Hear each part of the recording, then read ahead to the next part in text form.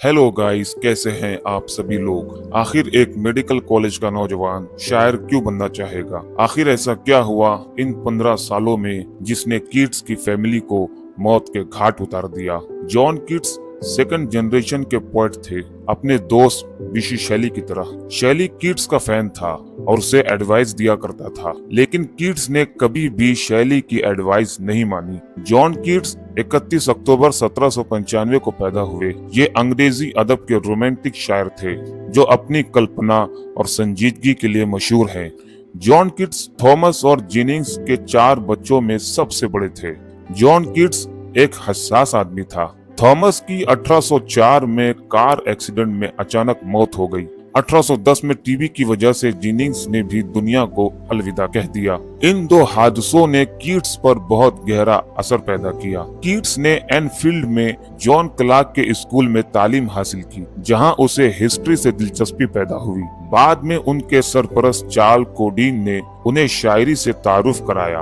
1815 में 15 साल की उम्र में कीट्स ने लंदन के गाइज हॉस्पिटल में एडमिशन लिया। ऑपरेशन के दौरान उसने सर्जनों की मदद भी की। जॉन कीट्स मेडिकल के स्टूडेंट थे और शैली साइंस का। और जब वो 20 साल के हुए तो उन्होंने सोचा कि मैं ये कर क्या रहा हूँ, मेरी दिलचस्पी तो शायरी है। हम कीट्स की जगह होते तो कभी ऐसा नहीं करते। और अपनी मेडिकल की 5 साल पढ़ाई के बाद उन्होंने मेडिकल छोड़ दी। 1817 में उन्होंने अपनी पहली बुक पब्लिश की, लेकिन उन्हें काफी क्रिटिसाइज किया गया कि ये बहुत बचकानी चीजें लिखते हैं। कीट्स के भाई टॉम की 1818 में टीबी की वजह से मौत हो गई। दरअसल टीबी उनकी खानदानी बीमारी थी जो उनकी पूरी फैमिली को खा गई। अपने भाई टॉम की मौत के बाद कीट्स अपने दोस्त के साथ हेमिस्ट्रिक नाम की जगह पर आ गए। वहां उनकी जिंदगी में आई एक लड़की जिसका नाम फैनी ब्राउन था। दोनों एक दूसरे को चाहने लगे और इस तरह कीट्स के अंदर का सोया हुआ रोमांस जाग उठा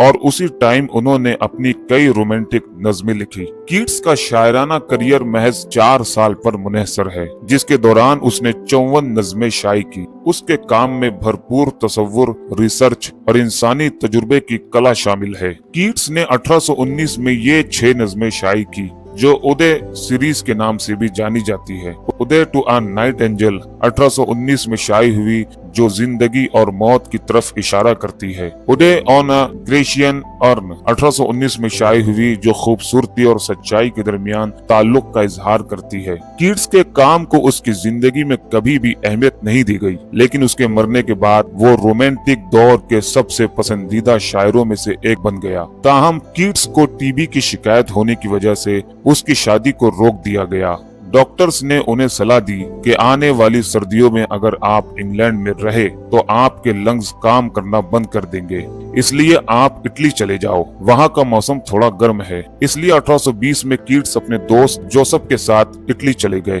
कीट्स और फैनी ब्राउन की शदीद मोहब्बत के बावजूद ब्राउन उनके साथ इटली नहीं गई, ये जानते हुए भी कि वो दोबारा वापस नहीं आएंगे। मगर इस तब्दीली के बावजूद उनकी सेहत बिगड़ती चली गई और आखिरकार 23 फरवरी 1821 को 25 साल की उम्र में कीट्स का इंतकाल हो गया। कीट्स ने कई शायरों को मुतासिर किया है और उनकी नज़में आज भी गूंज रही है। उन्होंने अपील की कि मेरी कब्र पर मेरा नाम और डेट ऑफ बर्थ वगैरह कुछ मत लिखवाना, बल्कि एक लाइन लिखवा देना, और वो लाइन ये है, Here lies one whose name was right in water। इसका मतलब ये है कि यहाँ वो लेटा हुआ है जिसका नाम पानी पर लिखा हुआ है। ये लाइन उन्होंने उन पर तनकीद करने वालों के लिए लिखवाई थी। कीट्स मरने से पहले अपनी सारी पोयम्स को पब्लिश करना चाहते थे और जिस वक्त वो बीमार थे उस वक्त उन्होंने तीसरी बार पोयम्स को पब्लिश करवाई। सितंबर 1820 में इटली आने के बाद कीट्स ने पोयम लिखना बंद कर दिया। कीट्स ने पहले ही मान लिया था कि मेरी लाइफ खत्म हो गई है और आज तक मैंने जो भी लिखा, जैसा भी लिखा, वो सब खत्म होने को आया है। अंग्रेजी अदब की एक कमी ये है कि बहुत से होनहार पोएट्स बहुत कम उम्र में दुनिया से चले गए। उन्हीं में से एक थे कीट्स और शैली। मरने के बाद कीट्स को वो शोहरत मिली जो एक शायर अपनी पूरी जिंदगी में एक्सपेक्ट करता है। तो ये थी आज की हमारी वीडियो पसंद आई हो तो वीडियो को लाइक करे, कमेंट करे और चैनल पर नए हो तो चैनल को सब्सक्राइब करे और ऑल के बेल आइकन को क्लिक करे और फेसबुक का लिंक डिस्क्रिप्शन में मौजूद है तो उसे जाके फॉलो करे। तो फिर मिलते हैं अगली वीडियो में, जब तक के लिए अपना ख्याल रखिए।